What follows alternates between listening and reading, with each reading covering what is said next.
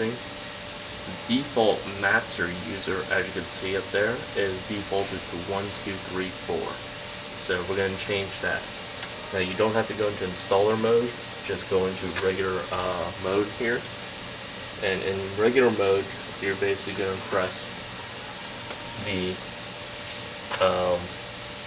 code plus the user number. From previous, the user number was 02 for Bob, and he was the master. So what we're going to do is 1, 2, 3, 4, 8, 0, 2, and now we're going to enter his new one, which is 2, 1, 3, 4, but you have to enter it twice.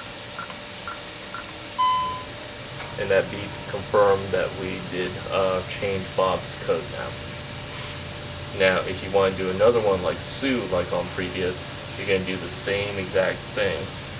You're going to enter the master code, which is now 21348, but then we're going to do 03 this time, and then Sue's number. For the other users that are not master, you only have to enter it in once. If you want to change it at any time, you enter the master code again,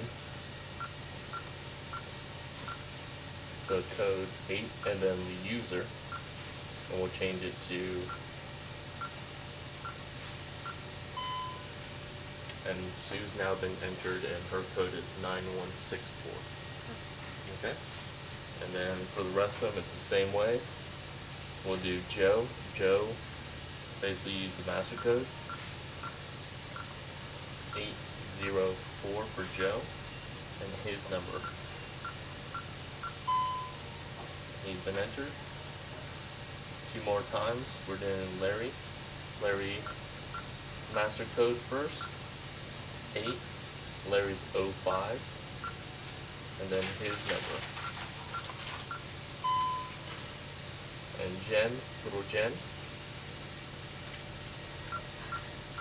Yep, her name's Little Jen now.